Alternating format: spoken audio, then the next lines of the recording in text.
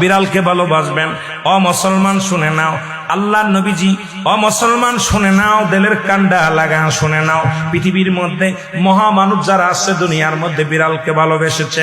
এই বিড়াল একটা গৃহপালিত পশুর মধ্যে পড়ে যায়, এটা এত প্রভুভক্ত হয়, এত মুসলমান শুনে নাও, বিড়ালটাকে অত্যন্ত মায়া করবেন। বিড়ালটা যদি দোয়া করেন, বিড়ালটাকে বিনা কারণে কোনো বিষ দিয়ে মারবেন না, কোনো কিছু দিয়ে মারবেন না।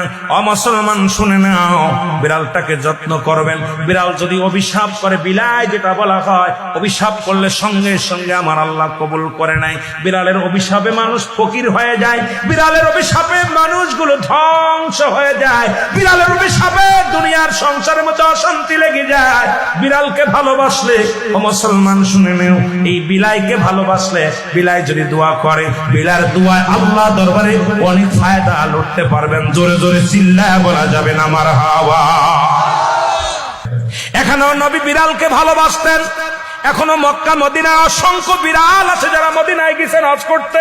আমাদের সভাপতি সাহেবও গেছেন। অসংখ্য বিড়াল গুলো দেখবেন মদিনার মনোয়ারায়, রাসূলুল্লাহর রওজার আশেপাশে, কাবা শরীফের আশেপাশে অসংখ্য বিড়াল। ধরে বলেন ঠিক কিনা? এত সুন্দর বিড়াল যারা মক্কা মদিনায় দেখে আসছেন তাদের কাছে জিগাইবেন বিড়াল আছে কিনা আছে। এই বিলাইদেরকে ভালোবাসবেন, বিলাইকে অভিশাপ দিবেন না। একবার এক মহিলা অমুসলমান রাসূলুল্লাহর কদমের মধ্যে একজন বিড়ালকে বিষপান করায় মেরে ফেললো। রাসূলুল্লাহ তখন সংসারের মধ্যে অশান্তি অমঙ্গল শুরু হলো। নবীর কদমে আসলেন, ইয়া রাসূলুল্লাহ, ইয়া হাবিবাল্লাহ, আমাদের অশান্তির কারণ কি? জিবরিল আমিন এসে বলে, ইয়া রাসূলুল্লাহ, ইয়া হাবিবাল্লাহ, উনি যে বিড়ালটাকে পালন করতেন, ওই বিড়ালটাকে অনেক কষ্ট দিয়ে মারছে, খানা দেয় নাই, ঘরের ভিতর আটকায় রাখছে, নির্যাতন দিয়া মারছে। এত কষ্ট পেয়ে বিড়াল ছানাটা মারা গেছে। ওই বিড়ালটা বরদোয়া আল্লাহর দরবারে কবুল হয়ে গেছে। তওবা করছে, তওবা করার পর নবীজি নিজেই বলছে বিড়ালকে ভালোবাসো।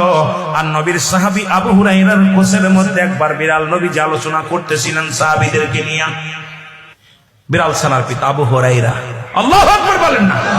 বিড়ালের পিতা হঠাৎ করে কোসের মধ্যে বিড়াল ডেকে উঠছে। নবীজি বললেন, এ আবু হুরায়রা।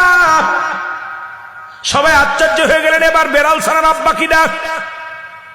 হঠাৎ করে আব্দুস শামস আব্দুর রহমানের কোসের ভিতর থেকে একটা বিড়াল বাইর হয়ে আসলেন। নবীজি আবু হুরায়রা নাম দেয়া পর উনি বললেন, ইয়া রাসূলুল্লাহ, ইয়া হাবিবাল্লাহ, আজ থেকে আমার সমস্ত নাম আমি অফ করে দিলাম। আমার নবী আজ থেকে বিড়ালের বাবা বলে আমারে ডাকছে, আমি বিড়ালের বাবা হই। জগৎ বিখ্যাত একজন সাহাবী, তিনি পৃথিবীর মধ্যে বিড়াল ছানার পিতা নামে আখ্যায়িত। জোরে জোরে চিল্লায় বলেন মারহাবা। আমার ভাইরা, আমার বন্ধুরা, আমার গভীর মনোযোগ। 3 নাম্বার হলো পিপিলিকা। মারহাবা। আরো জোরে বলেন আল্লাহু আকবার। এই পিপিলিকা পৃথিবীর মধ্যে মানুষের চাইতে বুদ্ধি বেশি। পিপিলিকার থেকে জ্ঞান ধারণ করে আজকে মোবাইল, পিপিলিকার থেকে সবকিছু নেটওয়ার্ক, সবকিছু অনেক কিছু গবেষণা করে পৃথিবীর মানুষগুলো